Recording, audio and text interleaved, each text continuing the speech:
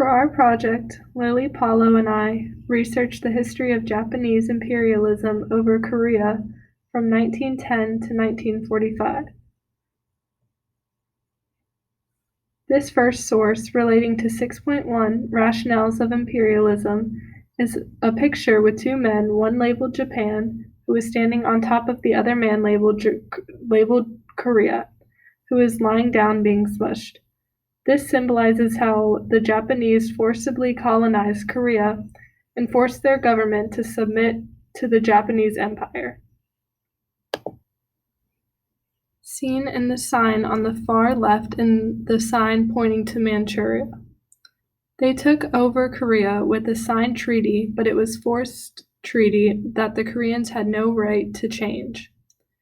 This is seen by the sign being held up by the man labeled Korea that says, "I hereby grant you a permit to traverse Korean territory." From this picture, we can see that the Koreans were forced to let Japan use them. The Japanese are portrayed to have a condescending mindset, which allows them to think their culture is more important than the Koreans. Therefore, it is okay for them to walk all over the Koreans. The words that we have over here on the left side of the screen are several slogans from the Meiji time period. We can see these mantras symbolize the political cartoon. The first mantra, originally from a Chinese text, is to enrich the country and strengthen the armed forces, which we can see in the Japanese soldier's gun and stature over the Korean man. The second is Japanese spirit with Western learning, which is clear from the Japanese man's more Western attire. The third is to leave Asia and enter Europe, which was both motivation to colonize because the Japanese believed they were superior to Korea. The final is civilization and enlightenment, which is represented by the soldier trampling the Korean man, which stands for colonization and changing other civilizations. The Japanese are clearly covering social Darwinism in this picture because social Darwinism is about competition, and they see culture as competition. The Japanese see themselves as competing with powerful European countries while simultaneously being better than Korea. The second primary source for 6.1 relating to rationales of imperialism is depicted through an illustration of three men. The one on the far left being Japan, because the man is wearing traditional Japanese clothing, the one on the far right, Russia, because he is wearing the traditional Russian clothing, the one in the middle, Manchuria, because they are being tied tightly by a rope held onto by the Russians and Japanese, who are still holding on tightly to try to win the tug of war over Manchuria.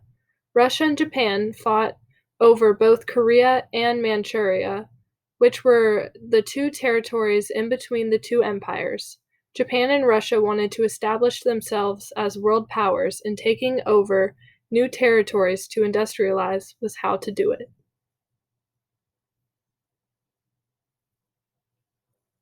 This quote also relates to 6.1 and how Japan used imperialism to change Korean culture, and it is from an interview with an electrical engineer in Korea who talks about how the Japanese were forcing the Koreans to change their last name to a Japanese name.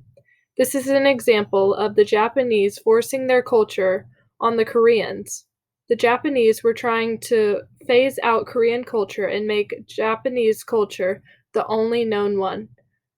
The quote shows how some people adjusted to these forces while others didn't. The speaker's brother did not change his last name because he was dealing with Koreans at his workplace.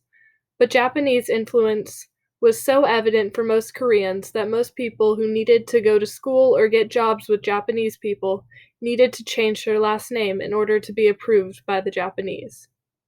I'm going to pick up here at 6.2, and what we have is a map that we've designed. We're going to start in this little red area, which is pre-1900 Japan. They're just on the island of Japan. This is before the 20th century, and Japan has yet to imperialize.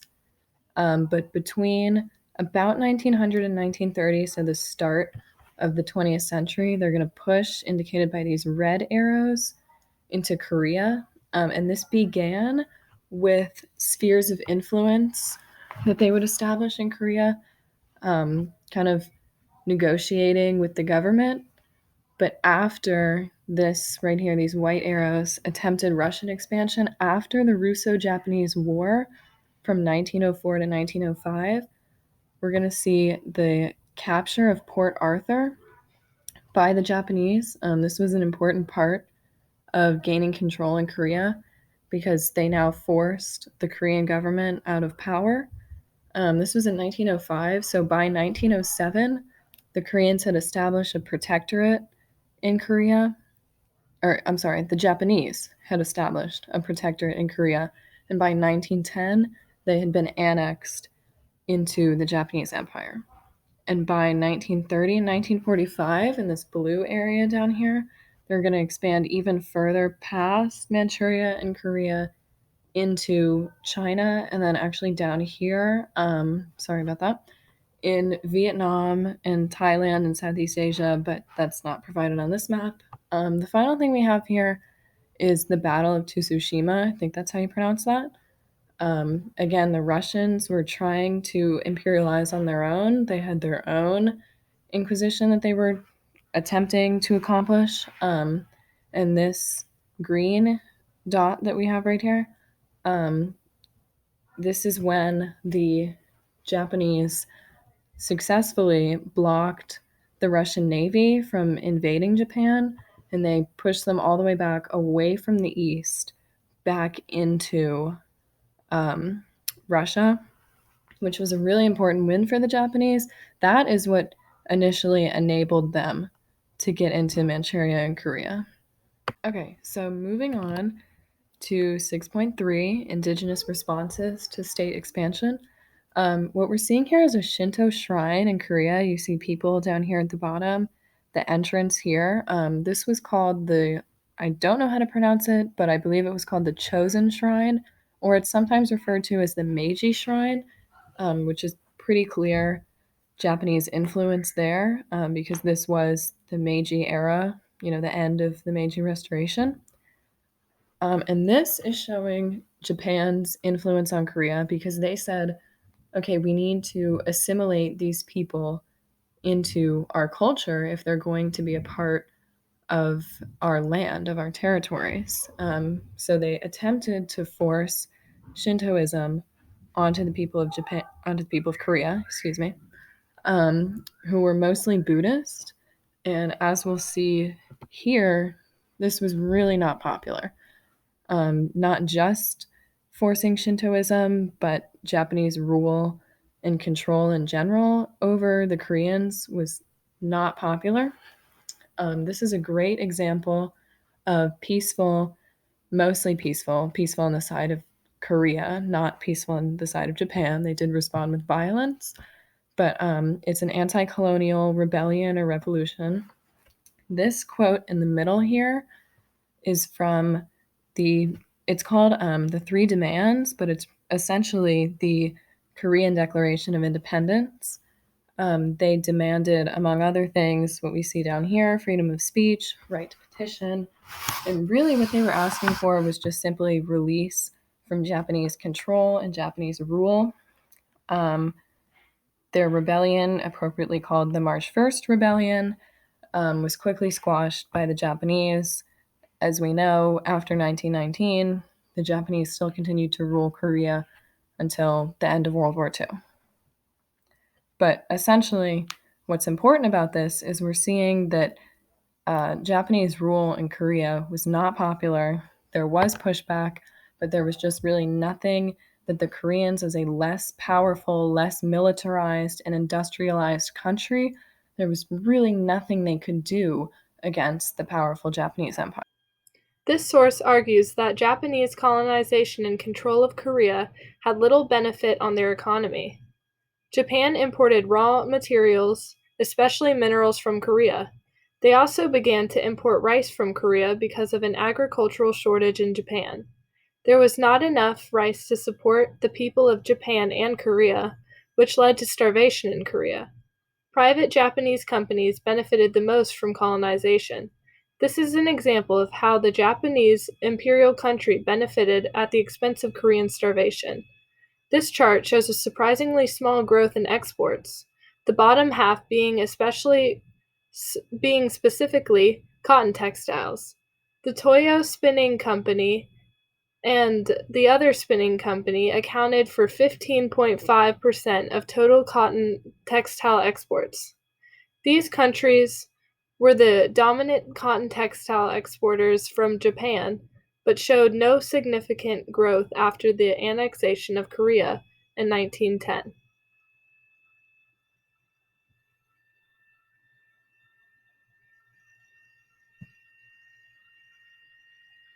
This quote exemplifies how raw materials and the job pressure in Korea was very competitive. This particular worker competed with thousands of Koreans for one of 30 job slots, while the Japanese were offered 50 and barely filled them. These Korean workers had to work much harder to earn a job, and jobless loss was much more common for them.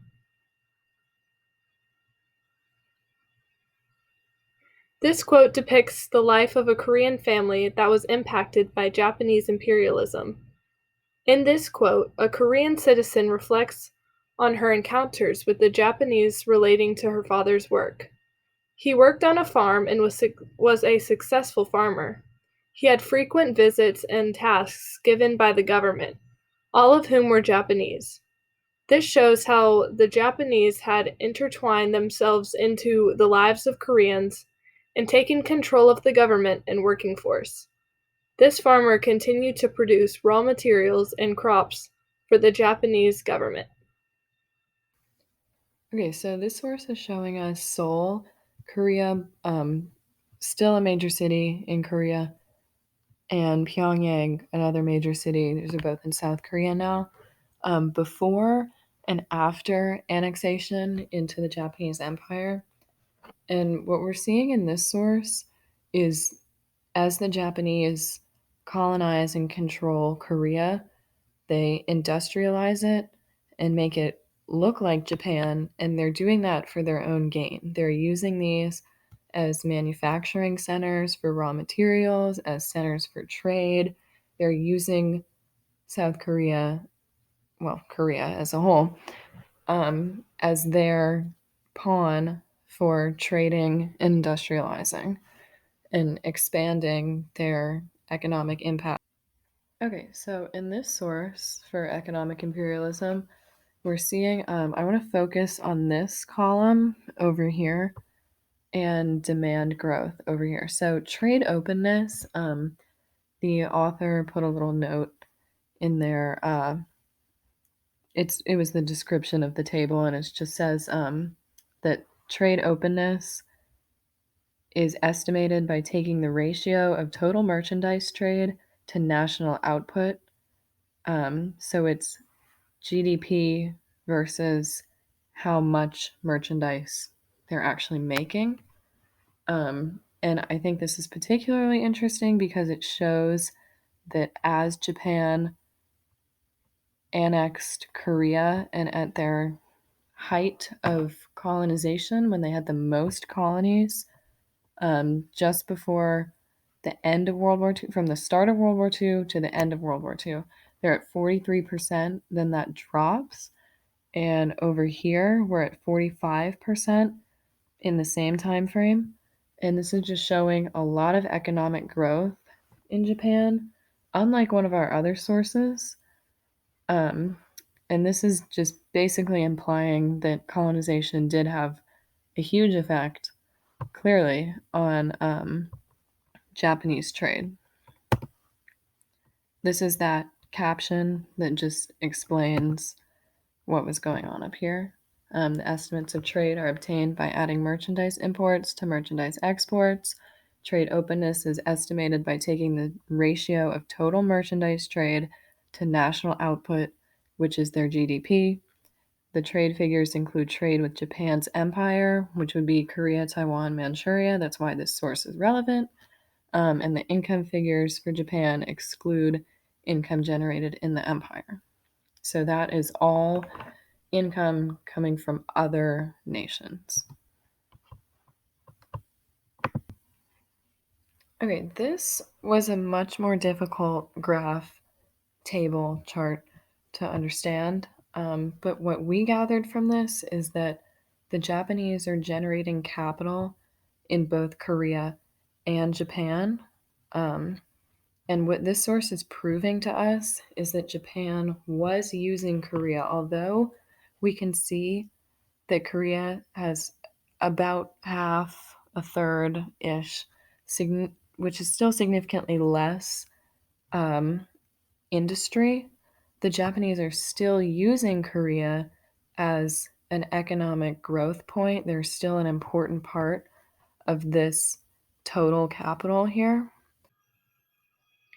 Relating to our earlier point about job loss in Korea, this primary source for 6.6 and 6.7 relates to where the person migrated and why, showing that a Japanese citizen might move to Korea to get a job easily. It also demonstrates post-migration life by implying that since it was easier to get a job, it can be assumed that they were well off in terms of money and were therefore able to afford nice homes. Familial situations are also somewhat evident in this quote, even though we can't tell much. We may be able to assume that familial structures are decent due to a lack of poverty among Japanese immigrants in Korea because of the more available jobs. Some coercion factors that were occurring were available jobs between Koreans and the Japanese immigrants. In the quote, the Korean workers talked about how the job they worked as a Morse code operator only hired 30 Koreans and 50 Japanese workers. They also said that over 1,000 Koreans applied for one of 30 slots, while they often struggled to find 50 Japanese people to even fill a slot. Getting a job was much easier for the Japanese, which encouraged them to migrate to Korea. Lastly, the Koreans were most likely a little bit angry with the fact that it was so difficult for them to get a job in their own native land and so easy for these Japanese workers to get jobs.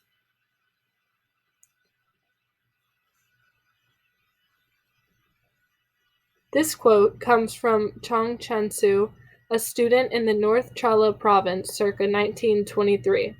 He describes how many Koreans ended up in Japan and were forced to work for major companies.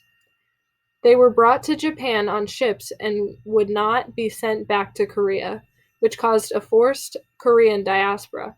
Although we do not know from other sources that most immigrants came by their own will looking for jobs and better economic circumstances, as for as for post-migration life, the same source explains the work and living conditions of Koreans forced to migrate, like having 6,000 Koreans living in those barracks and working for Japanese companies. The description of the treatment of the Koreans by the Japanese also helps to explain the want to escape from this lifestyle and migrate.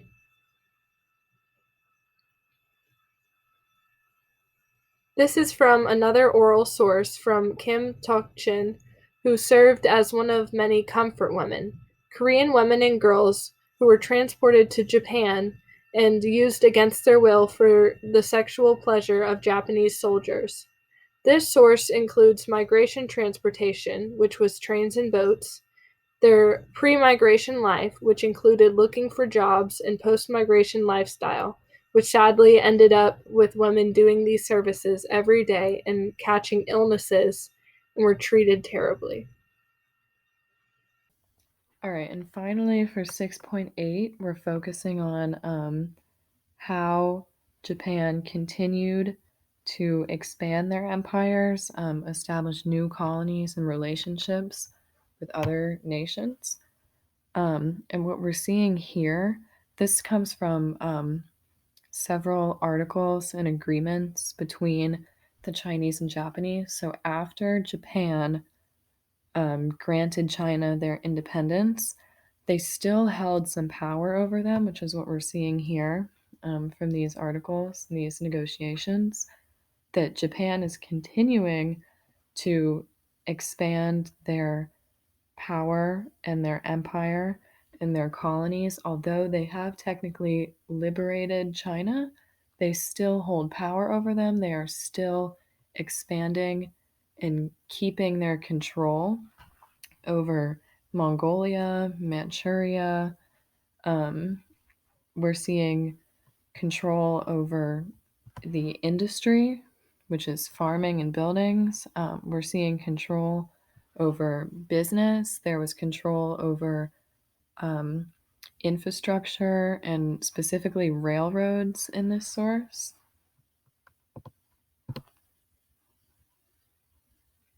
This is the next part of that about the railroads in Mongolia and Manchuria. So the Chinese government here had to agree that the Japanese government could still hold power over what they were building in Manchuria and Mongolia, because the Japanese were funding this.